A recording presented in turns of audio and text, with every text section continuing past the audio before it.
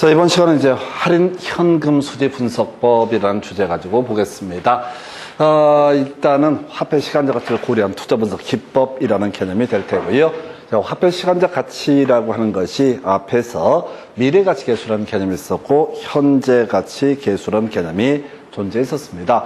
그래서 현재 1원이라는 금액이 이자율 R일 때 N년 후에 얼마의 가치를 갖게 되느냐라고 하는 거, 이걸 이름하여 뭐라 부른다? 일시불의 미래 가치 계수. 얼마씩 불입하게 될 금액, 들어오는 금액, 연금을 이자율 R일 때 N년 후에 얼마의 가치를 갖게 되느냐, 연금의 미래 가치 계수라고 하는 거 있었고요. 세 번째 이슈가 바로 감채 기금 계수에서 특정 금액을 만들기 위해서 불입할 금액을 계산하는 거. 이게 이제 미감척 이런 식으로 자 정리를 했었고요. 지금 이제 화폐 시간적 가치 중에서 할인 현금 수지 분석법이라고 하는 것은 현재 가치 계수를 활용을 하는 거예요. 그래서 현재 가치 계수 중에서 실질적으로 문제와 관련해서는 1 플러스 R의 N승분의 1이라고 하는 일시불의 현재 가치 계수를 활용을 해서 계산을 하게 됩니다. 왜? 지금 부동산 투자가 이루어진다라고 했을 때 앞으로 발생하게 될 수익이라는 것은 지금 발생하는 게 아니라 나중에 발생하게 될 돈, 그것을 현재 값으로 환원을 해서 이게 얼마의 가치를 갖느냐를 따져 물어야 되니까 이게 바로 일시불의 현재 가치 계수라는 공식을 활용을 하게 됩니다. 그럼 이제 일시불의 현재 가치 계수라고 하는 공식이 1 플러스 R의 N승분의 1이라고 하는 것이 있겠고, 이때 R을 이제 현재 값으로 환원, 할인을 하기 때문에 할인율이라는 개념을 쓰게 될 것이고, N이라는 것은 기간을 의미하게 됩니다. 그래서 이게 기본 구조가 되는 거예요. 그래서 제일 중요한 게 할인율을 어떻게 적용을 할 거냐라고 하는 거예요. 기간은 뭐 어차피 단순한 문제니까 별 문제가 안 되는데, 할인율은요, 투자자가 자기가 요구하는 수익률, 희망 수익률, 이 할인율을 적용할 때 투자자의 요구 수익률을 적용을 해서 바로 현재 가치로 환원을 하게 된다. 여기 이제 한 문제짜리예요. 그래서 현재 가치로 환원을 할 때 이 R이라고 하는 값에 어떤 값을 집어넣느냐, 투자자가 희망하는 수익률, 요구 수익률. 우리 앞에서 요구 수익률이라는 것은 무위험률 플러스 위험 할증률이라고 얘기를 했었죠. 그래서 바로 현재 값으로 환원을 할 때 투자자의 요구 수익률을 대입을 하게 된다. 이게 한 문제짜리예요. 그래서 현재 가치 환원하는 것 얘기를 해야 되겠고, 이미 가볍게 봤던 것 중에 하나가 순현재 가치라고 하는 거, 입 빼기 출입니다. 수입, 들어온 수입 또는 유입된 금액에서 나간 금액을 빼는 거. 보통 이제 문제를 구성할 때는 딱 한 번만 투자를 하는 식이죠. 그래서 지금 들어올 금액이라고 하는 것은 2번 들어오고 3번 들어올 수가 있습니다. 그것을 각각 어떻게 한다? 현재 가치로 환원, 할인을 해서 그걸 다 더하게 되는 것이 바로 현금 유입의 현재 가치의 합이 될 것이다. 그래서 이때 현재 가치로 환원 또는 할인함에 있어서는 아까 말씀드렸던 1 플러스 R의 N승분의 1이라는 공식, 이 공식을 활용을 하고, 이때 R이라고 하는 것은 투자자의 요구 수익률을 대입을 하게 된다. 이렇게 갑니다. 그래서 입이라는 것이 있고요. 출이라고 하는 건 따져 물을 실익이 없어요. 보통 모든 문제에서는 2번 투자하는 게 아니라 딱 한 번만 투자하는 식으로 하니까 굳이 현재 가치라고 하는 걸 계산할 실익도 없고, 이미 딱 한 번만 투자하니까 그 다음에 두 번째 합이라는 것도 더 이상 의미가 없어요. 그래서 자, 결과적으로 입 빼기 출이라고 하는 것을 뭐라고 한다? 순현가라고 부르게 된다. 해서 A란 투자한, B란 투자한, C란 투자한이 있다고 했을 때 현재 1억을 지출, 투입을 한다라고 했을 때 이게 앞으로 얼마의 수입이 들어올 거냐라고 하는 거, A란 투자한, B란 투자한 들어오는 금액들이 다 달라질 수 있을 텐데 화폐 시간적 가치를 고려하기 때문에 1년에 2천만 원, 2년 후에 3천만 원, 3년 후에 5천만 원 했을 때 그걸 2천, 3천, 5천으로 그냥 단순하게 대입하는 것이 아니라 현재 값으로 환원, 할인해서 그 금액을 계산한다. 아까 우리 마지막으로 문제 봤던 게 순영업소득의 현재 가치의 합, 이런 문제 있었죠? 그래서 1년 후에 들어올 금액과 2년 후에 들어올 금액과 3년 후에 들어올 금액을 1 플러스 Rn승분의 1이라는 공식을 활용을 해서 각각 다 더한 값, 이게 현금 유입의 현재 가치 합이 될 것이고, 그 다음에 현금 지출을 빼게 돼서 만약에 들어온 금액과 나간 금액이 똑같다라고 하게 되면 순현가가 0이 되게 된다. 이렇게 해석을 하죠. 당연히 투자자 입장에서는 자, 들어올 금액이 나간 금액보다 더 커야 되죠. 해서 유입에서 유출을 뺀 금액 순현가가 0보다 커야지 투자 여부를 판단한다. 만약에 마이너스 되면 당연히 투자를 안 하게 될 것이다 라고 이렇게 봐야겠죠. 한편 만약에 복수의 투자안이 있다 라고 하면 순현가가 0보다 큰 투자안 대안 중에서 순현가가 가장 큰 것을 가지고 뭐로 판단한다? 그 좋은 투자 대안으로 인정을 하게 된다 해서 너무 간단해요. 사안 자체가. 그저 R이라고 하는 할인율, 투자자의 요구 수익률을 활용을 하게 된다. 이렇게 볼 테고. 자, 수익성 지수 먼저 가볼까요? 똑같은 구조야. 현금 유입의 현재 가치의 합이라고 하는 거. 아까 계산한 거랑 똑같이 계산합니다. 자, 그래서 앞으로 2천만 원, 3천만 원, 5천만 원 이런 금액이 들어온다고 했을 때 이것을 현재 가치로 환원을 하게 된다. 1년 후 2천만 원, 2년 후에 3천만 원, 5년에 5천만 원 이런 금액은 2천, 3천, 5천 그대로 인정을 하는 것이 아니라 1 플러스 R의 n승분의 1이라는 공식을 통해서 현재 가치로 환원을 해가지고 그 금액을 다 더한 것이 현금 유입의 현재 가치 합이 될 것이고, 여기서 지출 한 번만 이루어지죠. 그래서 보통 지출하는 값을 뺀다. 자, 나눈다. 이렇게 하는 거죠. 그래서 만약에 유입이 유출보다 크게 되면은 이때는 어떻게 한다고요? 유입이 유출보다 크게 되면 1보다 큰 값이 되게 된다. 그래서 투자 여부를 판단할 때는 당연히 어떻다? 바로 유입 나누기 유출했을 때 1보다 큰 투자 대안 중에서 좋은 투자 대안을 판단을 하게 될 것이다. 만약에 수익성 지수 1보다 작으면 당연히 투자를 안 하겠죠. 나간 게 더 많으니까 뭐 이런 얘기 있을 테고요.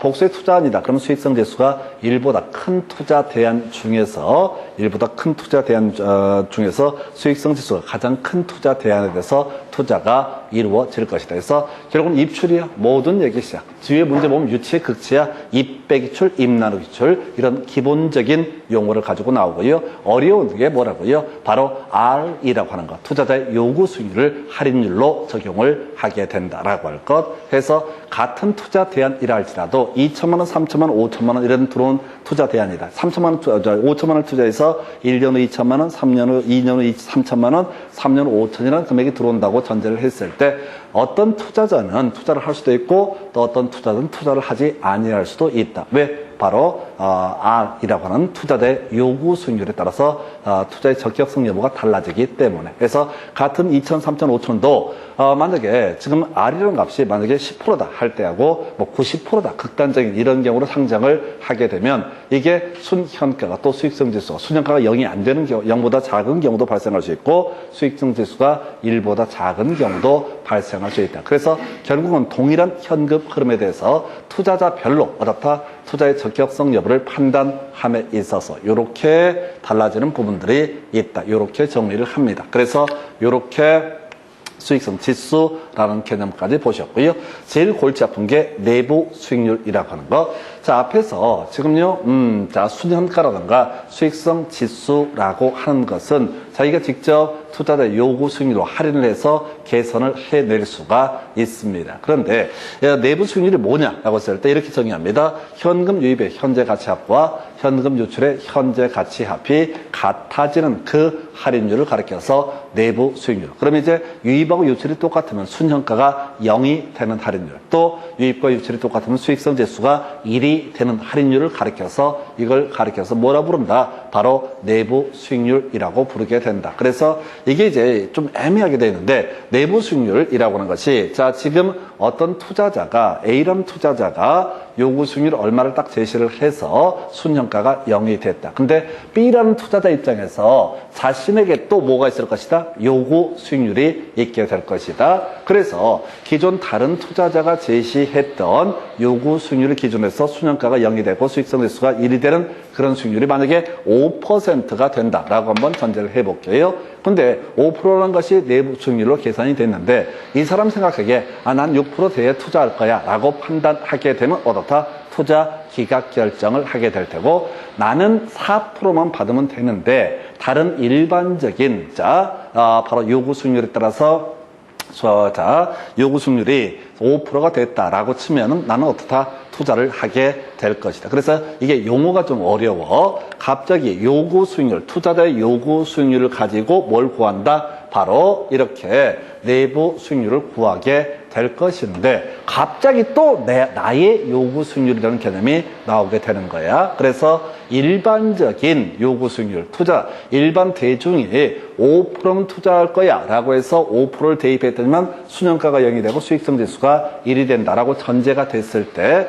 나는 5% 갖고는 투자 안 하고 7% 해야지 투자할 거야 라고 한다면 이 내부 수익률이 요구 수익률보다 만약에 크다라고 이렇게 하면 다시 내부 수익률이 5%고 내가 원하는 게 4%다. 그러면 이때는 나도 투자 결정을 하게 될 것이다. 이 얘기예요. 그래서 이게 용어가 혼용되다 보니까 저 말이 꼬이게 되는데 일단은 이때 내부 수익률에 있어서 요구 수익률이라는 것은 개별 투자자인 내가 판단하는 수익률을 얘기하게 되는 것이고 일반적인 관점에서 지금 요구 수익률을 뭐라고 한다? 내부 수익률이라고 부르게 된다. 이렇게 해석을 합니다. 좀 이따 문제 가지고 보시면 좀 이해가 될 거예요. 그래서 뒤에 뭐 나머지는 그다 치고. 그래서 일단 이 정도가 바로 할인 현금 수지 분석법. 뒤에 요구 수익률 얘기가 내부 수익률 얘기가 조금 어긋나는데 문제 보면은 이해가 될 거예요. 그래서 이렇게 이제 하나 보셨고요.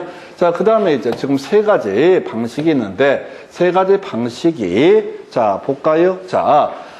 베타적 투자에 있어서 이런저런 세 가지 방식이 있는데 투자자에 따라서 의사결정이 달라질 수 있다. 이건 이제 단순하게 가십시다. 이게 어려우니까 그냥 세 가지를 굳이 둔 이유는 이유가 있겠지. 세 가지가 있을 때 딱 한 가지로 쇼부를 보면 끝날 텐데 굳이 세 가지 방식을 이렇게 제시를 했다는 얘기는 경우에 따라서 어떻다? 투자 여부 결정 기준이 달라질 수 있다. 그리고 마지막 결론 순현가법하고 내부 수익률법의 비교. 뭐가 앞에 있어? 순현가가 앞에 있어. 그래서 순현가법이 어떻다? 내부 수익률법보다 우수하다. 이걸로 끝내셔야 돼. 구체적으로 같이 가산 원리니 이런저런 얘기 다 빼버리고 순현가법하고 일반적인 관점에서 내부 수익률법을 비교하게 되면 뭐가 더 우수하다? 순현가법이 우수하다. 이게 왜 그러냐면 순현가법이라고 하는 건 내가 기준을 세웠잖아. 1 플러스 Rn 승분의 1 할 때 내가 R을 대입했잖아. 나는 5% 받아야 투자할 거야 라고 이렇게 마음을 잡수고 있는 상태라고 이게 순현가법의 의미, 수익성 지수법의 의미가 될 텐데 지금 내부 수익률법이란 건 뭐라고요? 남들이 다 몇 프로면 투자를 한다라는 전제가 깔려 있다고 그걸 전제로 해서 그럼 나도 그 정도면 투자할 거야 말 거야 이걸 판단한다 이런 식의 논리 구조가 되는데 하여튼 결론만 얘기를 하게 되면 순현가법이 뭐보다 내부 수익률법보다 우수하다 이렇게 하면 한 95% 풀 수가 있어요. 더 이상 파고 들어가면 안 돼. 너무 어려워지기 때문에. 그래서 이렇게 내용 보셨고 바로 문제 가지고 이제 설명을 드려보겠습니다. 자 이렇게 되어 있어요. 할인 현금 흐름 분석법 틀린 것을 고르시오라고 해서 자 여기서 키워드 뭐야? 할인해서 분석하는 방법이다. 맞죠? 할인 현금 흐름 분석법은 자 순현가법, 수익성지수법, 그 다음에 내부자 수익률법 등이 있게 되는데 결국은 할인해서 분석하는 기법이다. 맞죠? 장래 들어올 수입을 그대로 인정하는 게 아니라 그 들어올 수입을 현재 가치로 환원 또는 할인해서 투자의 적격 여부를 판단하는 기법이다. 해서 키워드 뭐라고요? 할인이라는 것이 키워드가 돼. 그래서 요즘에는 이제 좀 안 나오는데 과거에 한참 유행했던 것이 얘는 뭐 화폐 시간적 가치를 고려한다, 고려하지 않는다 이런 식의 지문들을 구성을 했던 바가 있습니다. 그래서 이걸 달리 표현하면 수익성 지수법도 순현가법도 화폐 시간적 가치를 고려한 투자 분석 기법이다. 이렇게 해석을 할 수 있겠고요. 2번 질문요. 장래 현금 흐름의 예측은 대상 부동산의 과거, 현재, 그 다음에 자료와 비교 부동산의 시장 자료 등을 토대로 여러 가지 미래 예측 기법을 통해서 이루어지게 된다. 아까 1년 후 2천만 원, 2년 후 3천만 원, 5년 후 3년 후 5천만 원 이런 식의 얘기들이 다양한 미래 예측 기법을 통해서 적용이 된다. 이런 식의 얘기고 이거 쓸데없는 소리죠. 자 그래서 일단 3번 가볼까요? 자 현금 흐름이라고 하는 거, 들어올 돈이라고 하는 거, 영업소득뿐만 아니라 지분 복귀액도 포함된다. 이것도 가유 순전후, 순전후와 관련한 부분이죠. 우리가 부동산 투자를 통해서 얻게 되는 이득이라는 게 영업이득, 영업소득이라는 게 있었고 그 종류가 단계에 따라서 가유, 순전후 있었고요. 그 다음에 지분 복귀액이라고 해서 자 순전후, 순매도에 세전 지분 복귀액, 세후 지분 복귀 이렇게 구분을 했었다고요. 그래서 소득이라는 건 이 운영 과정에서 얻게 되는 소득뿐만 아니라 팔아서 얻게 되는 소득까지도 모두 포함을 하게 된다. 이런 식의 논리 구조. 자, 그래서 순현가법, 내부수익률법, 수익성지수법 등은 현금 흐름을 할인해서 투자 분석을 하는 기법이다 해서 같은 얘기 하고 있죠? 똑같은 얘기가 문장에 2개 들어가 있죠? 할인 현금 수지 분석법은 할인하는 기법이다. 그리고 할인 현금 수지 분석법이라는 말을 쓰지 않고 3가지 예시를 한다. 순현가, 내부 수익률법, 수익성 지수법을 예시하면서 얘들은 또 다 할인하는 기법이다. 같은 말을 하고 있잖아요. 문제 이렇게 낸다고 더럽게 유치하게. 공부할 때 너무 쫄지 말라고요. 1번, 4번 한 문제에 똑같은 질문을 낸다고. 근데 사람들이 하도 쫄아 있으니까 똑같은 말인데 이건 또 뭘까? 저건 또 뭘 이렇게 쫓아가요. 자, 그 다음 5번.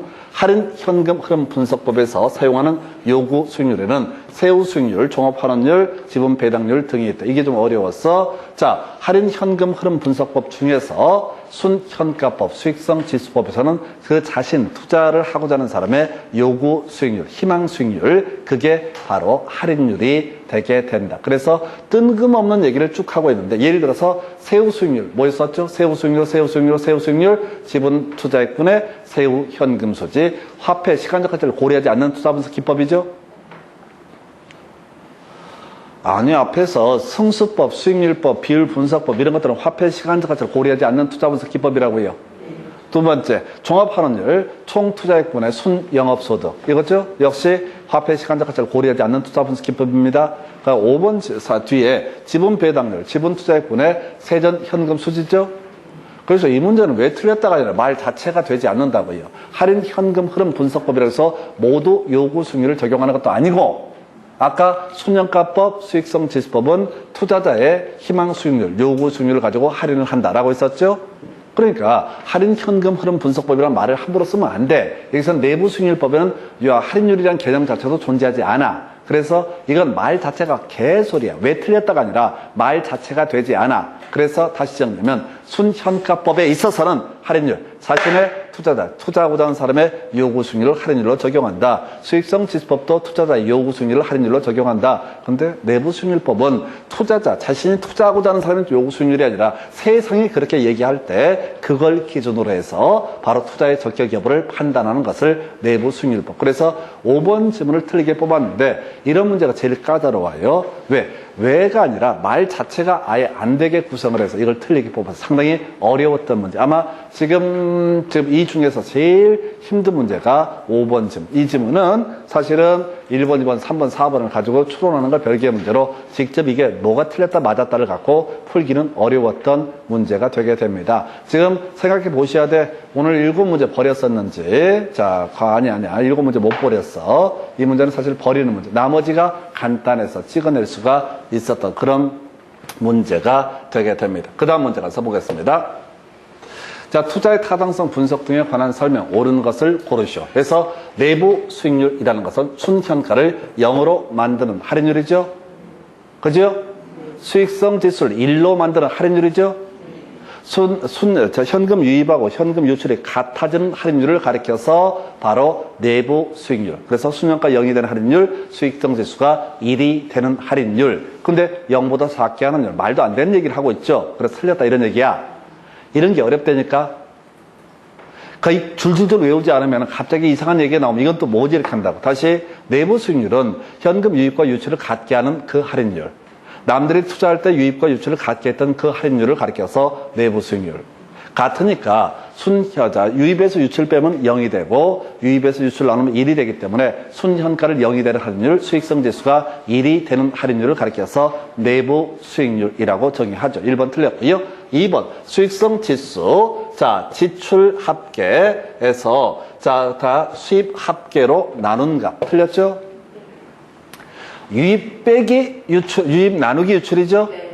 순서가 순현가는 입 빼기 출이 됐던 것이고 수익성 지수는 뭐라고요? 입 나누기 출이 됐던 거라고. 순서를 바꿔놨다고.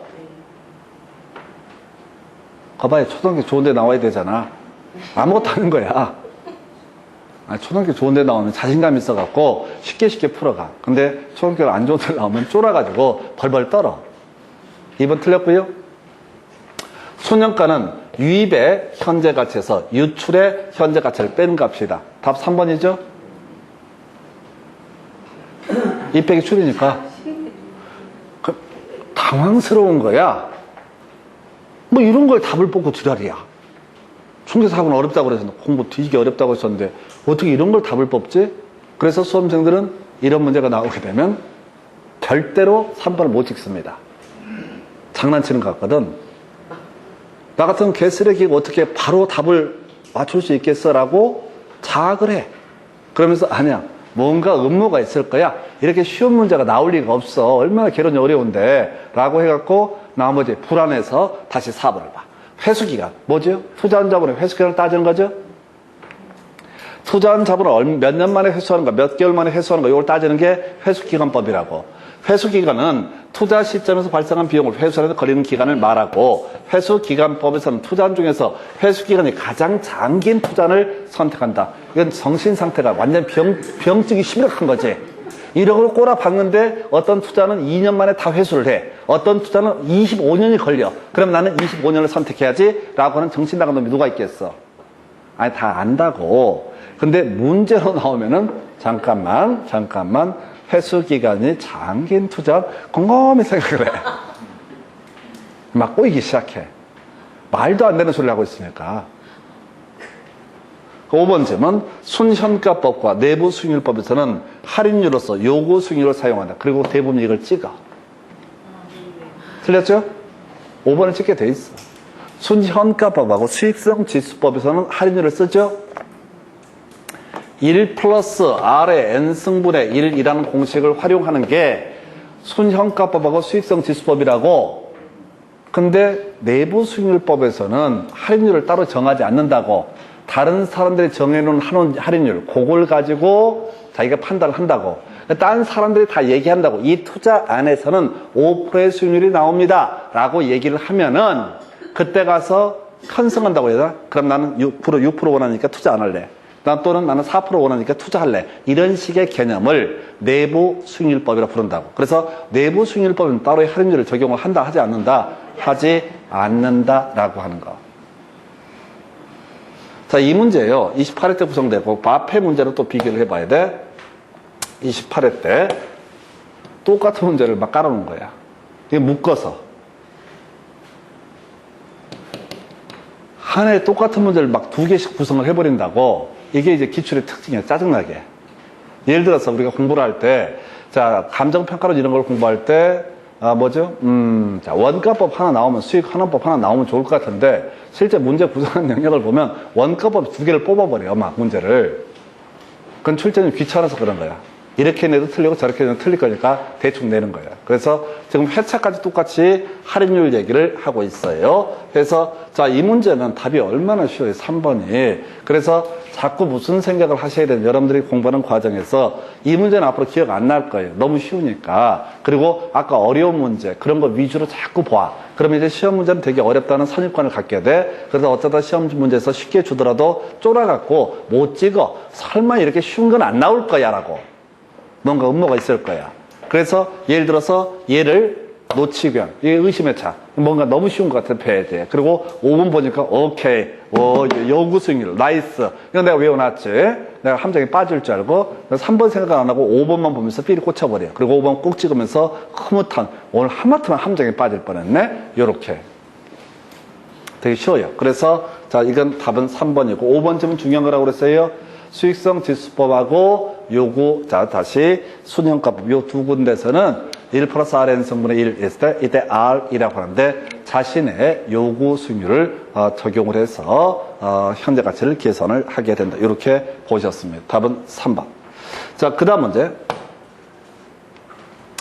자, 부동산의 할인 현금 흐름 기법과 관련한 설명으로 틀린 것을 고르시오서 자, 내부 수익률은 순 현재 가치를 1로 만드는 할인율. 틀렸죠? 순 현재 가치를 0으로 만드는 할인율. 아까는 순 현재 가치가 1보다 작아지는 할인율. 틀렸죠? 수익성 지수를 1로 만드는 할인율이죠? 유입과 유출이 같아지는 할인율. 유입과 유출이 같아지면 순현가 0이 되고 수익성 지수는 뭐가 된다? 1이 되게 된다. 이런 유치한 거 계속 뽑아냅니다.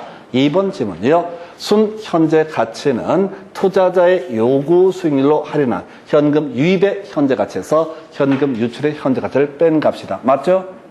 맞죠?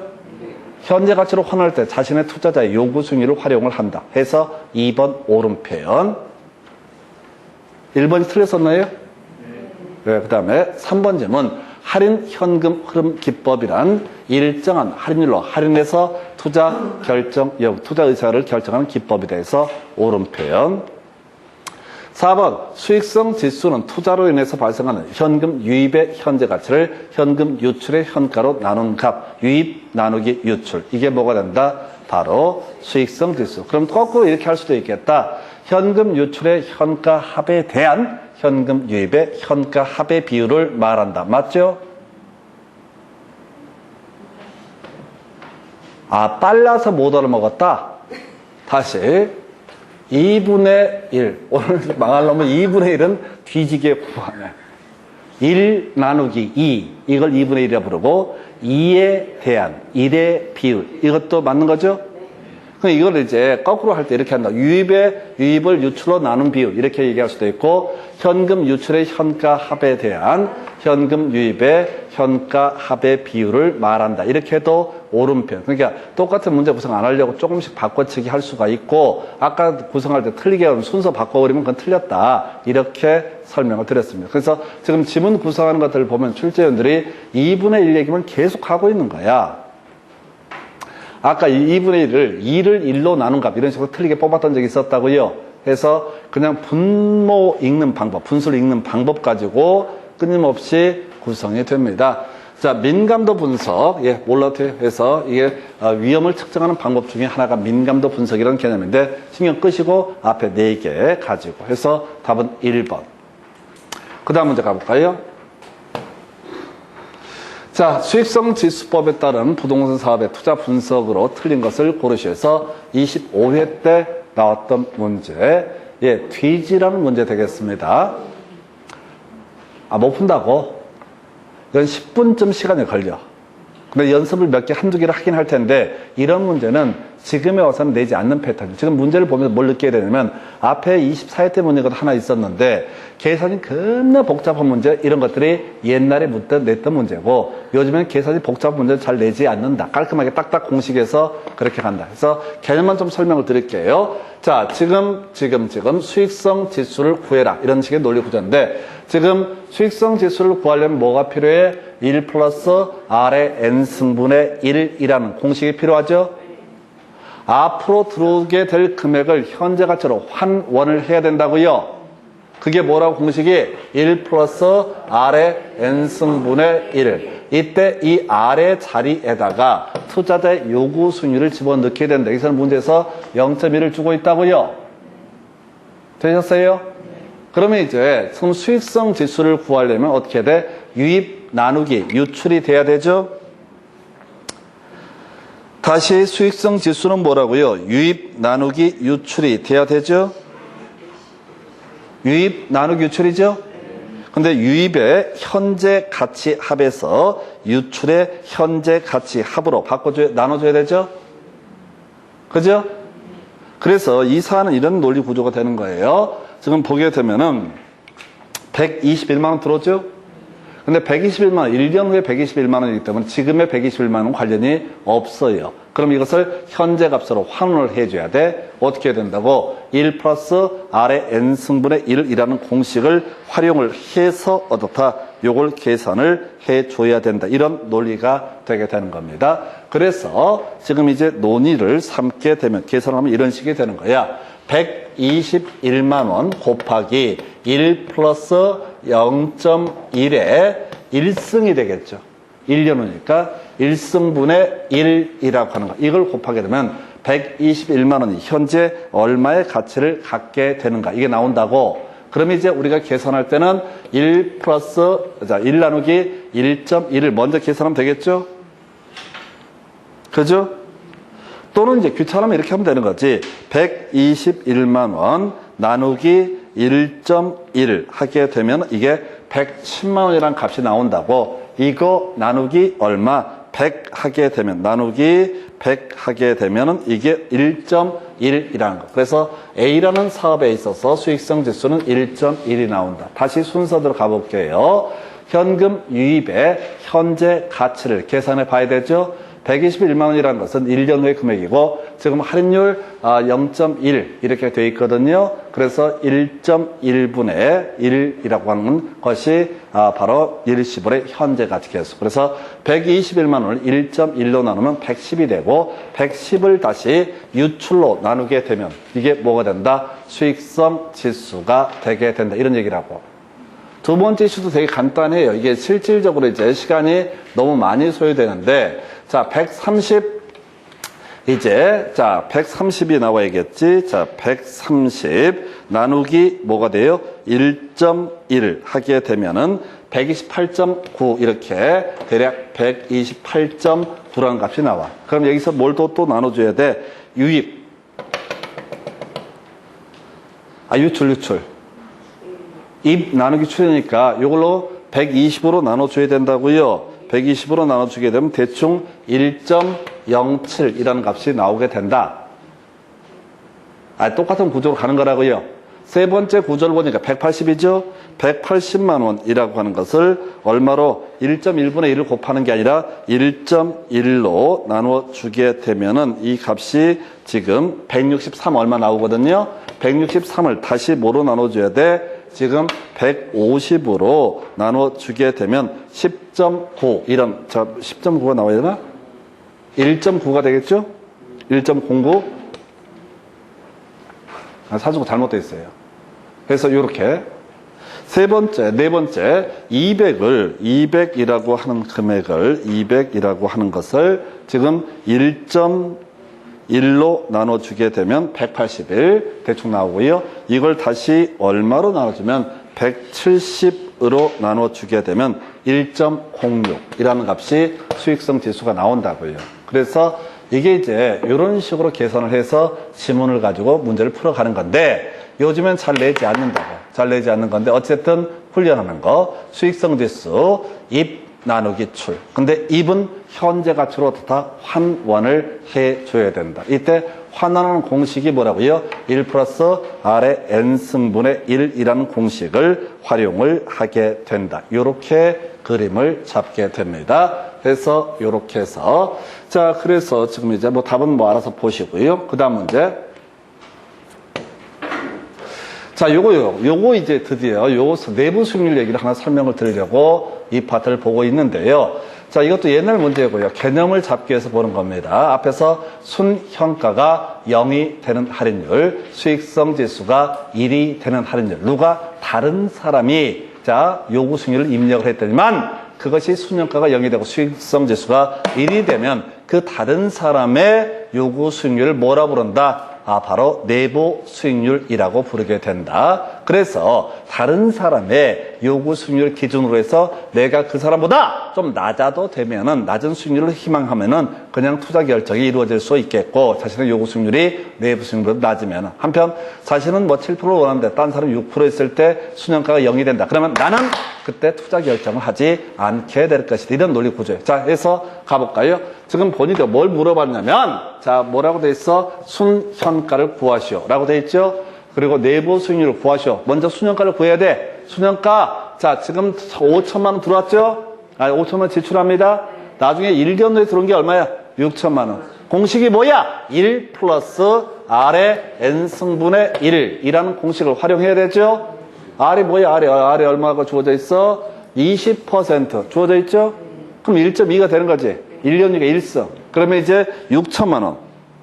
6천만 원 곱하기 나누기구나. 6천만 원 나누기 1.2를 하면 이 값이 얼마가 된다? 5천만 원이 되게 된다. 그러면 들어온 돈하고 나간 돈이 똑같아지죠? 이러면 순현가는 뭐가 된다? 0이 되게 된다. 왜 순현가가 0이 됐습니까? 할인율을 20%를 적용해서. 그래서 그 우연한 할인율 20%를 뭐라 부른다? 자, 바로 내부 수익률이라고 부르게 된다. 이런 얘기예요. 그래서 이 문제는 문제 자체를 풀기 위한 것이 아니라 내부 수익률의 개념.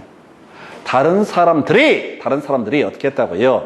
20% 할인율이, 자, 20% 할인율을 최소한 20% 있어야 투자할 거야. 라고 했던 그 투자 대안이라고. 그래서 이게 순현가가 0이 됐어. 그러면 그 할인율을 자신의 요구 수익률과 비교해서 어떻다 투자 여부를 결정한다. 이게 내부 수익률법. 그래서 내부 수익률법에서는 미리 어떻다 할인율을 입력하지 않는다. 자신이 가지고 있는 요구 수익률은 숨겨놨다가 딴 애들이 이 투자 대안에서 나 20% 돼야 투자할래. 다들 이렇게 얘기를 하고 있다고. 그 할인율, 이게 20%가 됐을 때 나는 만약에 15% 투자할 거야. 그러면 나는 당연히 이 투자 대안에서 투자를 할 수가 있을 것이고 25%를 원해! 그럼 나는 어떻다? 일단 투자 기가 결정을 하게 될 것이다. 그래서 이 내부 수익률은 미리 논의의 전제가 다른 애들에 의해서 지금 수년가가 다 계산이 된 다음에 그것을 가지고 나중에 판단하게 되는 것을 뭐라고 한다? 내부 수익률법. 그럼 뭐가 더 우수하다? 수년가법이 우수하다.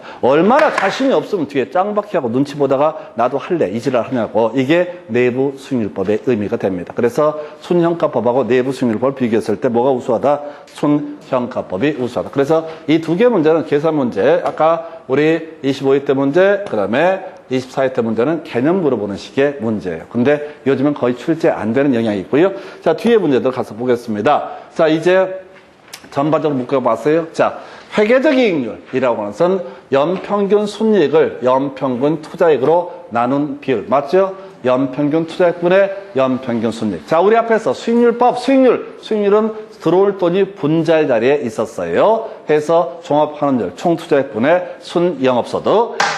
자, 그 다음에 지분 배당률, 지분 투자액분의 세전 현금수지. 그 다음에 또 하나, 지금 이제 세후 수익률은 지분 투자액분의 세후 현금 수지. 회계적 이익률이라는 것은 연평균 투자액분의 연평균 순이익. 이렇게 봤던 기억이 있습니다. 내부 수익률법이라고 하는 거, 현금 유입의 현재 가치, 현금 유출의 현재 가치를 갖게 하는 그 할인율을 가리켜서 뭐라고 한다? 바로 수년가가 0이 되는 할인율을, 수익성 지수가 1이 되는 할인율을 뭐라고 한다? 내부 수익률. 아까 이걸 가지고 수익성 지수가 1이 되는 할인율 이렇게 표현해야 되는데 내부 수익률이란 수년가가 1이 되는 할인율에서 틀리게 나왔던 적이 있습니다. 그래서 이걸 가지고 이 얘기를 달리편하면 수년가는 0이 되고 수익성 지수는 뭐가 된다? 1이 되게 된다. 이렇게 응용 들어갔었고요.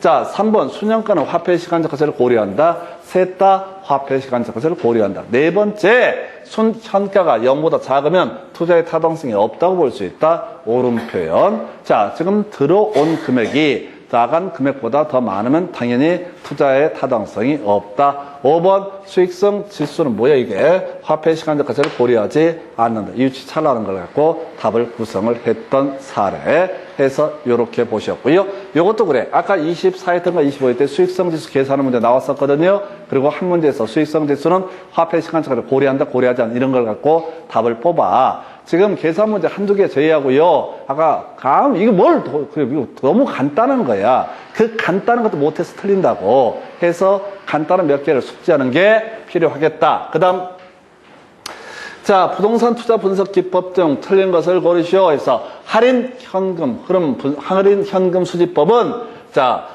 투자 기간 동안 부동산의 투자 기간 동안 현금 흐름을 반영하지 못한다는 단점이 있다. 틀렸죠? 유일하게 화폐 시간적으로 고려하는 게 사실상 할인 현금 수지 분석법. 틀렸죠? 이런 걸 뭘 고민을 하냐고 답이 다 나와 있는데 이거 틀린 거 부끄러운 줄, 점수 안 나오면 부끄러운 줄 아셔야 돼. 내용이 어렵고 쉽고 얘기가 아니라 지금 시험 문제는 유치의 극치를 달리고 있다고. 자, 2번 질문. 회계적 이익률법, 화폐 시간적 가치를 고려하지 않는다. 할인 현금 수지 분석법 하고요. 그 다음에 또 뭐가 있었지? 현가 회수기간법. 요것만 화폐 시간적 가치를 고려하고 나머지는 다 화폐 시간적 가치를 고려하지 않는다. 3번. 순현재 가치가 순현가가 0인 단일 투자의 경우 수익성 지수는 1이 된다. 맞죠? 유입 빼기 유출이 0이 되면 유입 나누기 유출도 당연히 1이 된다. 4번. 투자의 경제성 분석에서 민감도 분석을 통해서 순현가에 미치는 영향을 분석할 수 있다. 뭐를 얘기하고요? 민감도 분석이라는 것은 위험을 측정하는 방식 중에 하나가 된다. 하나쯤 몰라야 돼. 자, 4번 질문. 투자 금액이 동일하고 순현가가 모두 0보다 큰 두 개의 투자안이 있으면 당연히 순현가가 큰 투자안에 대해서 투자를 하겠죠? 근데 이런 식으로 사람 짜증나게 V의 극대 원칙에 따라서 뭐 이런 쓸데없는 소리를 하니까 막 헷갈려 버리는 거지. 되게 간단한 주제예요. 그래서 지금 여기서는 4번만 좀 이상한 얘기고 거저 주는 문제예요. 답은 1번. 그 다음 문제 살펴보겠습니다. 자, 부동산 투자 분석 기법에 관한 설명, 틀린 것을 고르시오 라고 되어 있어. 동일한 현금 흐름의 투자안이더라도 투자자의 요구 수익률에 따라서 수년자의 가치가 달라질 수 있다. 맞죠? 이거 나왔으면 앞으로 수익성 지수가 달라질 수 있다. 나오겠죠? 현재 가치로 환원할 때 아까 했던 얘기가 그 얘기잖아. 현재 가치로 환원할 때 1 플러스 Rn 승분의 1할 때 R이라고 하는 거 할인율, 투자자의 요구 수익률을 적용을 한다. 그 얘기를 지겹게 하고 있잖아요. 그래서 아까 나왔던 거 화폐 시간적 가치 할 때 할인율이 커질수록 전체 값은 커진다. 이런 거 있었죠? 아, 분자 값이 커질수록 어떻다? 전체 값은 커진다. 이거 나왔었잖아요. 화폐 시간적 가치 할 때. 그 얘기 똑같이 얘기하는 거예요. 바로 1 플러스 R의 N승분의 1. 이때 R이 커지면 커질수록 어떻게 된다고요? R이 커지면 커질수록 전체 값은 어떻다? 잠깐만 있어봐요. 작아진다. 사람이 버벅일 때가 있어. 꼭 이 파트만 오면 계속 헛소리 할 때가 있어. 어떤 사람 먼저 맞췄고 하고 뭐 비웃긴 뭘 비웃어요. 아니 근데 이런 데가 있다니까요. 계속 발음에 신경 써야지 하면서 계속 버벅이는 파트가 있어. 다시 할인율이 커지면 커질수록 작아진다. 커지면 커질수록 작아진다. 커지면 커질수록 작아진다. 이렇게 무식하게 외워버려야 돼. 그래야 빡 삑사리가 안 나. 시험 보러 가면 맨정신 아니거든요. 맨정신 아니다 보니까 이게 계속 이렇게 어긋나는 부분들이 삑사리가 난다고. 여러분 안 그래요? 어디 가면 꼭 특정한 파트만 보면 그냥 머리가 지끈거리면서 뭔 소리인지 감이 안 잡힐 때가 있다고. 그 방법이 없지, 그냥 무식하게. 할인율이 커지면 커질수록 어떻다? 작아진다. 커지면 커질수록 어떻다? 작아지게 된다. 이렇게 논의를 삼았던 바가 있었고요. 자, 그 다음에 이제 2번 투자 규모의 차이가 있는 상호 베이타적인 투자안에 있어서 수년제 가치법과 수익성 가치수법을 통한 의사결정이 달라질 수 있다. 아, 그러니까 여러 개의 방식이 있다고. 뭔지 잘 모르겠는데 달라질 수 있다. 그 중에서 순형가법 봤어요. 자, 저희 아까 내부 수익률법 뭐가 더 우수하다? 순형가법이 더 우수하다. 왜요? 아니, 그렇게 외우라고 하니까 외운 거야, 그냥. 그 다 개뻥이에요. 근데 이해하기 쉬우라고 이렇게 하는 거고, 그건 다른 얘기야. 근데 외워야 되니까 어떻게? 야매로라도. 자, 순현재가치법은 가치 가산 원리가 적용되는 내부 수익률법은 적용되지 않는. 모르죠? 모르죠? 모르는 건 부끄러워하기 없게. 답을 못 푸는 걸 부끄러워해야 돼. 진짜 쪽팔려야 될 것은 공부했는데 시험 보러 갔는데 떨어졌을 때 그걸 더 이렇게 쪽팔려야 돼. 준비가 덜 돼 있거든. 실력 얘기하는 거 아니에요? 실력하고 무조건 합격하고 비례하지 않아. 아니, 시험 문제 맞춰서 공부를 하면 꼭 실력이 없어도 맞출 수 있다고. 지금 우리가 공부했던 건 모든 얘기를 결론은 뭐냐면 몇 개 야매 외워가지고 모르는 거 나오면 무조건 패스. 모르는 거 나오면 패스. 찍는다고 그랬어요. 그 다음 4번 재투자율 가정에 있어서 순현재가치법하고 내부 수익률법. 자, 보니까 내부 수익률법이 더 합리적이다. 틀렸죠? 내용은 보지 말자고 그랬어. 결론만 기억하자고 그랬어. 뭐가 더 우수해? 왜 순년값이 더 우수하다고 그랬어요? 내가 선택하니까 더 우수하다. 이렇게 해서 외워도 좋아. 어느 쪽이 됐든 간에. 이게 포인트라고. 이 수많은 얘기를 다 아우르는 쟁점이 순현가법이 내부 수익률법보다 더 우수하다라고 이렇게 외우시라고. 근데 이게 쉽지가 않다니까요. 왜 어렵냐면 순현재 가치법보다 내부 수익률법이 더 합리적이다. 이렇게 표현 나와 있잖아요. 근데 시험 보실 때는 긴장도가 겁나 높아지니까 이게 느낌이 뭐냐면 뭐가 더 우수하다고 얘기를 하는지 자체가 국어가 안 돼. 그래서 학교론이 그래서 어렵다는 거예요. 그래서 여러분들 학교론 문제를 풀어갈 때는 아까 우리 계산 문제 있잖아요. 그걸 무조건 작사를 내버려야 돼. 그래야 이제 안정적으로 점수가 나오지. 이런 게 생각보다 어렵다니까요. 그리고 여러분들은 뭐가 제일 큰 문제냐면 이 3번 지문을 보면서 모르는 게 하나 나오잖아. 그럼 가슴이 섬뜩해. 개새끼 내가 진짜 공부하려고 그랬었는데 하지 말라고 바람 잡아갖고 내가 이거 진짜 이거 하려고 그랬었어. 이 생각한다고 시험 보러 가서 욕밖에 안 나와. 아니 모르는 게 뜨면. 근데 모르는 게 중요한 게 아니라고요. 지금 제가 문제를 분석해서 보여드릴 때는 통계적으로 유의미한 것들 얘기해 준다고. 근데 꼭 그 통계에서 쓸데없는 지문이 한 개씩 나와. 제가 설명드릴 수도 있어. 근데 그게 좋지가 않아. 왜? 시험 보러 가면 다 보려고 하니까. 지금 여기서는 3번만 적어가면 간단해. 그 다음 회수기간법은 회수기간 후에 현금 흐름을 고려하지 않는다는 단점이다. 아까 설명드렸던 거죠. 자, A라는 투자 대안이 있고 B라는 투자 대안이 있다. 그래서 1억을 각각 투자를 하게 되는데 1년, 2년, 3년, 4년 됐을 때 A라는 투자 대안 3천, 3천, 4천 들어오고 자 여기 0원, B라는 투자 대안은 2천, 2천, 4천 들어오고 여기 10억 이렇게 된다고 치자고. 그럼 어떤 투자 대안이 더 좋은 투자 대안이야? B가 낫겠지. 근데 단순 회수기간법에 따르게 되면 투자한 자본의 회수기간만 따지니까 자 A라는 투자 대안이 언제 1억을 먼저 3년차 회수하니까 얘는 3년차 1억을 회수를 못하니까 이건 좋은 투자 대안이 아니다 이렇게 평가하는 게 단순 회수기간법의 문제점이 된다고요. 아까 다 설명했었어. 다 이해하는 눈빛이었어. 근데 이제 와서 아하 하여튼 잘하고 있어요. 그래서 답이 몇 번이에요? 자, 지금 4번을 뽑아내는 거예요. 그래서 계속 여러분들 하나 외우고 가셔야 돼요. 시험 보실 때 지문 중에 무조건 한 개는 몰라야지 똑바로 공부하신 거야. 지문이 달달 다 소화가 되잖아요. 그럼 시험장 가면 초토화 됩니다. 왜? 그동안 단 한 번도 나오지 않았던 지문이 무조건 한 개 이상 튀어나와요. 그래서 공부 잘하시는 분들, 학원에서 참새, 짹짹 이질을 하면서 다 줄줄 외웠던 사람들이 시험장 가면 우수수 떨어지는 이유가 딴 게 아니에요. 실력이 없어서가 아니야. 여러분들은 야매로 공부를 하면 어떻게 돼? 모르는 게 하나도 부끄럽지가 않아. 난 답을 알고 있으니까. 아니 이렇게 푸는 거고 그 다음에 공부를 어설프게 열심히 하시는 분들은 중간에 모르는 게 있잖아요. 화가 나가지고 밤에 잠을 못 자. 그래서 그걸 분석을 하고 줄줄줄 해서 나름대로 이해가 될 때까지 그걸 파요. 그래서 전문용어로 삽질이라고 얘기합니다. 그렇게 되면 그 순간 안다고 생각해. 지금 오늘 수업 받으시면서 무슨 이 어렵다는 투자론이 거의 다 풀리는 느낌이 들어. 장난 아닌데? 내가 이렇게 머리가 좋았었나? 크게 착각을 해. 근데 이틀만 딱 지나봐봐. 다시 깔끔해져. 그래서 제일 좋은 방법은 나중에 제가 자료를 정리를 해드려야 되는데 투자론 같은 경우도 한 시간 정도에 눈에 쓱쓱쓱 주의어 몇 개 해봤지만 계속 스크린 하시는 거예요. 그러면은 놓치질 않아요. 중간 지문도 현혹되지 않아요. 그 정도. 그래서 지금 답은 4번 됐고요. 그 다음 문제. 자, 부동산의 수익과 수익률에 관한 설명 옳은 것은 해서 자, 어렵지 않은 주제 정말 중요한 거 요구 수익률. 이게 뭐라고 써? 내가 희망하는 수익률. 이걸 뭐라고 한다? 요구 수익률. 요구 수익률을 뭐라고 써요? 무위험률. 자, 적금 들었을 때 들어오는 이익. 여기다가 위험 할증률이라고 하는 거. 요게 바로 뭐가 된다? 요구 수익률이라고 부르게 된다. 그래서 자, 최대 획득할 수 있는 수익률이 아니죠. 희망하는 수익률이 뭐가 된다? 요구 수익률.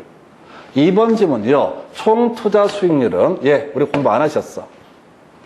공부 안 했다는 것도 알아야 돼. 문제를 보면 공부를 했는지 안 했는지 그걸 알아야 된다고. 막연하게 보시면 안 돼. 개판되는 거예요. 총 투자 수익률을 제가 시험 지문에 설명 안 드린 건 이건 16년 역사에 한 두 번쯤 기어 나와. 근데 그것까지 외워버리면 나머지 자주 나오는 것까지 놓쳐버리니까 버리는 거예요. 3번 지문. 기대 수익률. 이게 예상 수익률이죠. 요구 수익률보다 작은 경우. 이러면 난 이게 너무 어렵다는데 기대 수익률이 6%, 요구 수익률이 7% 이렇게 써버려야 돼. 그럼 투자 결정을 한다 안 한다? 기각 결정을 하게 되는데 채택한다. 틀렸죠? 이게 되게 약 올리는 지문이에요. 내용을 보면 다 아는데 이렇게 문장으로 펴면 이해가 안 돼. 그래서 자, 기대 수익률이 예상 수익률 6%. 근데 요구 수익률보다 작은 경우, 요구 수익률이 만약에 7%가 되면은 이게 기대 수익률이 요구 수익률보다 작은 경우죠. 그러면 이때는 어떻다? 기각 결정을 하게 될 것이다. 4번, 순영업소득의 산정 과정에서 해당 부동산의 재산세는 차감하지만은 영업소득세는 차감하지 않는다. 다시 머릿속으로 기억하십니다. 가유순전호라고 하는 거. 한 번 더 스크린 하셔야 돼. 제일 이론상 통장에 찍힐 수 있는 최대한의 금액을 뭐라 부른다? 가능 총소득. 실제 통장에 찍힌 금액을 뭐라고 그런다? 유효 총소득. 유효 총소득을 얻기 위해서 필수적으로 나가야 되는 비용을 빼는 것을 순영업소득. 그 다음에 은행에 갚을 돈, 부채 서비스 빼게 되면 세전 현금 수지. 그리고 마지막이 소득세를 빼게 되면 뭐가 된다? 세후 현금 수지. 이 문제 출제 이슈는 유효 총소득에서 영업 경비를 빼야 되는 건데, 영업 경비. 영업 경비에는 뭐가 포함된다? 유요제라고 이렇게 외우셨어? 각종 유지 관리비, 각종 요금, 그리고 재산세. 영업소득세는 언제 필요하냐면 세후 현금 수지를 구할 때 필요하죠. 해서 답은 4번. 그 다음에 회수 불가능한 임대료 수입은 영업 경비에 포함해서 틀렸죠? 우리 가능 총소득에서 뭘 빼야 돼? 자, 공실, 그 다음에 불량부채 충당금이라고 하는 거 있었죠? 그래서 이 불량부채 충당금이라는 것은 세입자가 들어왔는데 세를 내지 않는 경우를 가리켜서 뭐라고 한다? 불량부채 충당금. 얘는 영업경비에 포함 안 되지. 영업경비는 아까 유요제, 유지관리비, 각종 요금, 그리고 재산세라고 하는 것을 뭐라고 한다? 유지관리비. 그래서 아까 우리 공부했던 가유순전, 이 얘기를 가지고 가유순전은 정말 숙달되셔야 됩니다. 이렇게까지 구성이 되고 답은 4번. 결국은 이것도 핵심 이슈는 4번, 5번 지문의 핵심 이슈가 되는 것은 바로 영업경비의 범주를 따지는 내용이 되게 된다라고 할 거. 그리고 이때도 이 쉬운 문제도 이 2번 지문에서 생전 듣도 보도 못한 얘기가 툭 튀어나와요. 제발 겁먹지 마세요. 시험 볼 때는 다른 거 다 필요 없고 객기가 필요해. 시험 보러 가면 그런 느낌 갖고 있어야 돼. 이번에 다 맞추면 이거 어떻게 얘기를 해야 되나? 주변 사람들 물어볼 것 같아. 올백의 비결이 뭡니까? 잘못 밀렸어서 올백이 됐다. 이렇게 얘기하면 될 걸 같고, 아, 공부가 별로 쉬웠어. 이따 얘기할까 봐 별 쓸데없는 걱정. 그런 거 하시면 시험 보셔야 돼. 그러면 시험 볼 때 힘이 안 들어요. 왜? 난 어차피 될 거니까. 아, 진짜 그게 필요하다고요. 근데 시험 볼 때는 그렇게 하는데 공부하는 과정은 짜증나. 그리고 더 중요한 건 모르는 건 절대 부끄러운 게 아니다. 그 정도. 그 다음 문제 가서 보겠습니다. 부동산 투자 분석 기법에 관한 설명 옳은 것을 모두 고르시오라고 해서 자, 내부 수익률법, 순현재가치법, 수익성 지수법은 할인 현금 흐름 기법에 해당한다. 계속 나온 얘기죠. 화폐 시간적 가치를 고려한 투자 분석 기법 세 가지, 순현값, 수익성 지수법, 그 다음에 내부 수익률법. 또 이거 나왔다. 순현재 가치가 0이 되는 단일 투자하는 경우 수익성 지수는 1이 된다. 자, 유입과 유출을 같게 하는 할인율을 내부 수익률이라 부르고, 유입과 유출이 같으면 수입하고 지출이 똑같으면 순현가는 0이 되고, 자, 그 다음에 수입 나누기 지출이 수익성 지수니까 1이 된다. 맞죠? 네. 새로운 문제가 없어. 그냥 맨날 같은 거예요. 그러면 자, 여기서 문제 풀러 가면 안 되고, 일단 기억 들어가야 되죠? 니은 들어가야 되죠? 옳은 걸 고르시니까 기억, 니은 들어가야 되죠? 그래서 일단 3분의 1까지, 이 세 개까지 건져냈어요. 그럼 이제 뭘 봐야 되냐면, 리을 봐야 되죠? 리을 봐야 되죠? 디귿은 보면 안 되죠? 아, 쓸데없는 짓거리잖아. 옳은 것을 고르시오라고 돼 있으니까, 테크닉을 배워야 된다니까 시험 볼 때. 디귿은 어차피 틀린 거야. 아, 내용을 볼 것도 없이 일단 디귿은 틀린 거야. 실제 시험 현장에 무조건 리을을 가야 돼. 리을 가볼까요? 회계적 이익률법에서는 자, 투자의 이익률이 목표 이익률보다 높은 투자안 중에서 이익률이 가장 높은 투자안을 선택하는 것이 합리적이다. 어렵지도 않지. 자, 회계적 이익률법. 자, 공식이 연평균 투자액분의 연평균 순이익이었었죠? 그죠? 회계라는 게 연간이라고 그랬잖아요. 그러면 뭐 말도 안 되는 간단한 게 어떤 투자는 이익률이 자신의 목표 이익률보다 크면 투자를 할 테고 그게 여러 개가 있으면 그중에서 가장 높은 투자안에 대해서 다 투자를 하게 된다. 맞죠? 자주 안 나와서 어려웠어. 아까 우리 회계적 이익률 설명드렸어요. 그래서 리을번도 지금 맞죠?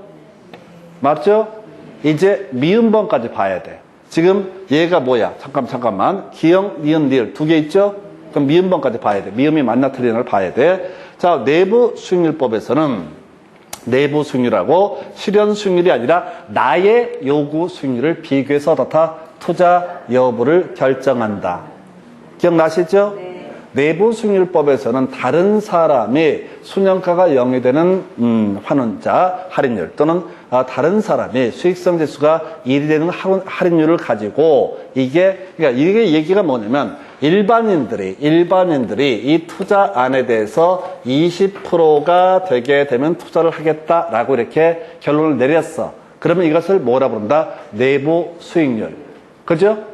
딴 사람이 다 20%가 된다고 결론을 내줬다고 그럼 내가 투자를 할 것인지 말 것인지는 나의 요구 수익률을 생각을 해봐야 돼. 나는 25% 돼야 투자할 거라고 생각하면 이때는 어떻다? 기각 결정을 하게 될 것이고 그 다음에 다른 사람이 다 20%라고 했는데 나는 15%면 투자할 거야. 그러면 어떻다? 투자 결정을 하게 된다. 그래서 이게 미음번이 틀린 거죠. 이게 제일 어려워. 다시 갑시다. 내부 수익률, 순영가가 0이 되는 할인율, 그 다음에 수익성 지수가 1이 되는 할인율을 뭐라고 그런다? 내부 수익률. 이때 내부 수익률의 개념 자체가 일반인들이 20%면 투자할 거야라고 했던 그 얘기라고. 그러면 나는 좀 다른 사람이거든. 남들이 뭐라고 시부릴 때 그냥 무조건 따라가는 게 아니라 나는 15%면 투자할 거라고 판단하면 바로 내부 수익률법에서는 자, 이 내부 수익률하고 자신의 요구 수익률을 비교해서 투자 여부를 결정을 하게 된다. 이 문제가 그동안 나왔던 문제 제일 난이도가 있는 문제인데 새로운 건 하나도 없어요. 다 같은 얘기를 하고 있는 거야. 그래서 지금 기역, 니은은 쉽게 구성을 했었고 디귿은 안 봤죠? 이게 테크닉의 문제라니까 여기서 지금 옳은 것을 모두 고르셔서 기역, 니은 들어가 있는 게 지금 1번, 2번, 5번 있잖아. 디귿을 보는 순간 여러분 멘붕이 와서 무너져 버려. 디귿이 한번 뭔지 볼까요? 재투자율로 내부 수익률법에서는 요구 수익률을 사용하지만 순현재가치법에서는 시장 이자율을 활용한다. 이게 말 자체가 뭔 소리인지 몰라. 그 순간 이미 무너져 버려요. 근데 이걸 보면은 게임이 끝나고 안 보면은 희망을 가지고 여쯧 연명을 해볼 수 있어요. 아마 이 파트 문제 중에 제일 까다로운 문제, 전체를 다 물어본 문제가 같은데 어찌됐든 이렇게 해서 기역, 니은 들어간 거 먼저 체크를 해서 자, 이 두 개만 알더라도 자, 이 기역, 니은 들어간 거 해서 리을, 미음 검토하시면 되는 거죠. 그래서 리을 다시 한번 회계적 이익률법 자, 연평균 회계적 이익률이 주어졌을 때 나의 요구 수익률하고 목표 수익률하고 회계적 이익률을 비교해서 나의 목표 수익률보다 회계적 이익률이 더 낮다, 더 높다. 그러면 이제 투자 결정을 할 테고 여러 개 투자되려면 가장 높은 수익률 높은 것에 대해서 투자를 하게 된다. 그래서 이게 좀 어려웠던 이유는 다른 게 아니라 뜬금없이 기존 문제와 다르게 회계적 이익률을 끌고 들어와서 그런 거예요. 그렇다 치고 5번 아까 미음번 꼭 알아야 돼. 내부 수익률법에서는 다른 사람이 결정한 이 할인율하고 자신의 요구 수익률을 비교해서 딴 사람보다 난 좀 적게 받아도 돼라고 판단하면 투자 결정을 하게 될 것이고 딴 사람만큼 받아야 돼 또는 높게 받아야 돼 그러면 투자 기각 결정을 할 수가 있다 이렇게 갑니다. 그래서 이렇게 해서 지금 답은 기역, 니은, 리을까지 해서 답 2번 뽑았어요. 제일 아마 까다로웠던 문제 중에 하나일 거예요. 자 이렇게 보시고 그 다음 문제 여기까지 보셨고요. 자, 이제 요 얘기를 좀 정리를 하고 가볼까요? 그래서 지금 자, 할인 현금 수지 분석법 가지고 한 번만 체크를 하고 마치겠습니다. 자, 이걸 이제 구조를 가셔야 돼. 오늘 외우셔야 돼. 제일 쉬운 거 잘해야 돼. 쉬운 거. 어려운 거 잘하는 게 중요한 게 아니라 쉬운 걸 잘 캐치를 해내야 돼요. 자, 우리 앞에서 두 번씩이나 답이 됐던가요? 순현재가치 유입 빼기 유출 하게 되면 어떻다? 이것이 순현가가 된다. 근데 여기서 이제 이슈가 됐던 게 할인을 한다고 해서 현재 가치로 할인을 할 때 자신의 요구 수익률을 어떻다? 요구 수익률을 할인율로 적용을 하게 된다. 여기 나와 있죠? 수익성 지수 계산도 그렇고 지금 순현재 가치 계산할 때도 자신의 요구 수익률로 어떻다? 할인율로 계산한다라고 하는 거. 요거 하나 계속 구성을 하고 있고 그럼 비교해서 내부 수익률법에서는 따로 이 자신의 요구 수익률을 먼저 내세운 게 아니라 다른 사람들에 의해서 계산이 된 순현가가 0이 되거나 수익성 지수가 1이 되는 그 할인율하고, 그러니까 다른 사람을 기준으로 보는 거야. 그래서 다른 사람이 만약에 20%가 딱 떨어졌을 때 순현가가 0이 되거나 수익성 지수가 1이 되게 되면 나는 그걸 베이스로 해서 다시 한번 내 입장에서 나는 25% 얻어야 돼 라고 하면 나는 투자 기계가 결정하고 15%만 얻으면 돼 라고 판단하면 이때 내부 수익률법에 따라서 자 투자 결정을 하게 될 것이다. 근데 이것도 그렇고, 자 여기서 제일 쉬운 거가 입 빼기 출 돼 있었죠. 그리고 입 나누기 출 있었죠. 이런 걸 가지고 거의 문제를 도배를 하고 있었다고. 유치찬란하게 입 빼기 출이 순현가, 입 나누기 출이 수익성 지수. 그리고 다시 이 문제 응용 나올 수 있다고 해서 출분의 입이라고 하는 거, 2분의 1을 읽는 방법, 2분의 1을 읽는 방법 어떻게 간다고요? 2분의 1을 읽는 방법, 1을 2로 나눈 값 이렇게 하나 봤었고, 2에 대한 1의 비율 이거 알고 들어가셔야 된다고. 이게 지금 유입을 요출로 나눈 값 이렇게까지만 출제가 됐는데, 아마 출제위원들이 2에 대한 1의 비율에서 현금 유출의 현재 가치 합에 대한 현금 유입의 현재 가치 합의 비율 이렇게 던져주게 되면 아마 작살 날 거예요. 지금 밖에서야 맨정신이니까 아마 유치얘기 생각하는데 실질적으로 시험에서 만만치가 않아요. 그래서 다시 입 빼기 출, 그리고 이때 현재 가치로 환원할 때는 요구 수익률을 할인율로 적용을 하게 된다. 입 나누기 출이라고 하는 거 역시 요구 수익률. 근데 내부 수익률법에서는 지금 할인을 따로 하지 않는다, 한다 안 한다, 하지 않는다. 다른 사람들이 자 할인율 적용한 걸 가지고 순현가가 0이 되고 수익성 지수가 1이 돼서 유입과 유출이 같아지는 그 할인율을 기반으로 해서 이 투자자는 내부 수익률법에 따라서 나는 말이야 라고 해서 다른 사람이 이미 해놓은 결과물에 덧붙여서 투자 여부를 결정한다. 그래서 이 내부 수익률이라는 개념이 이 다른 사람들에 의해서 결정한 내부자 수익률, 순현가가 0이 되는 할인율이 될 테고, 이때 요구 수익률은 뭐라고요? 나의 요구 수익률. 나의 요구 수익률이 다른 사람들 결정보다 더 높다. 그럼 나는 투자 기계가 결정을 할 테고, 다른 사람 기준보다 낮다. 그럼 나는 투자 결정을 하게 될 것이다. 그래서 용어가 이때 요구 수익률하고 앞에서 이 요구 수익률은 자, 내부 수익률법 기준으로 보면 약간 의미가 달라지게 됩니다. 내부 수익률법에서 법의 입장에서는 기존의 요구 수익률, 일반인의 요구 수익률을 얘기하는 것이고, 이것이 달리 표현은 뭐가 되고 내부 수익률이 되게 될 것이고, 그 다음에 이 나의 요구 수익률과 별개의 문제로 가게 된다. 그래서 그냥 이 얘기만 계속 지금 하고 있잖아요. 그리고 나서 지금 봤던 것이 자 결론이 달라질 수 있다. 또 오래전에 나왔던 주제가 되겠고, 그 다음에 길게 보지 말자고 그래서 순현가법이 뭐보다 내부 수익률법보다 우수하다. 이게 결론으로 가셔야 돼. 중간에 뭐 같이 가산 원리라든가 대투자율의 결정 뭐 이런 것들이 지문에 16년 동안 한 개 정도 구성이 되는데 그런 거 몰라도 돼요. 와, 거기까지 알면은 머리가 터져버려요. 기본만 계속 하시는 거. 이거 전체를 다 묶어서 이걸 뭐라고 그런다? 할인 현금 수지 분석법이라고 하는 것은 화폐 시간적 가치를 고려한 투자 분석 기법이 된다. 그럼 나머지 잘 모르는 것들은 다 뭐라고요? 화폐 시간적 가치를 고려하지 않는 투자 분석 기법, 이렇게 보게 됩니다. 자, 오늘에서 투자론 이렇게 쭉 보셨고요. 문제는 공부를 본인이 이제 하셔야 돼. 시간 얼마 안 남았으니까. 근데 할 때 각 잡고 몇 시간씩 하지 마. 어차피 30분도 집중을 못 해. 그러니까 빠른 시간 안에 이 공식들을 또박또박 따라 써봐. 써보면 30분이면 주요 공식 다 쓸 수 있거든요. 그리고 덮어버려요. 어차피 잊어버릴 거니까. 그리고 그 다음날 한 번만 20분 투자해서 써보시라고. 그래서 한 서너 번만 쓰게 되면요, 공식을 다 외워요. 왜? 제가 그렇게 해서 외웠거든. 처음에 그냥 각 잡고 해봤자 안 돼. 몇 시간 한다고 해서 외워지지 않아요. 그냥 아무 생각 없이 그냥 공식, 그냥 그림 그리듯이 접근하는 게 훨씬 싸게 먹힙니다. 하여튼 투자로는 공식 외우셔야 돼요. 자, 오늘 여기까지 가겠습니다. 수고하셨습니다.